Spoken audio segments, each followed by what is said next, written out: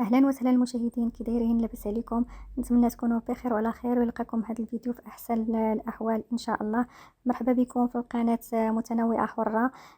ما تنسونيش من الاشتراك في القناه وديروا لايك للفيديو، وما تنسونيش كذلك من تعليقاتكم الجميله.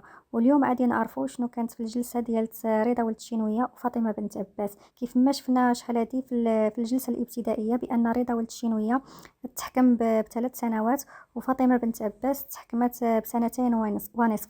واليوم في الجلسه ديال الاستئناف تأيد نفس الحكم ديال الجلسه الابتدائيه، بقى نفس الحكم، ما زادوهم ما نقصوا ليهم.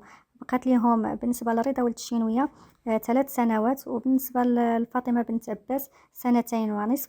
وهذا الشيء هو اللي كان في الجلسه اليوم. كنشكركم على حسن المشاهده، وما تنسونيش من لايك للفيديو والاشتراك في القناه، وشكرا لكم، مع السلامه.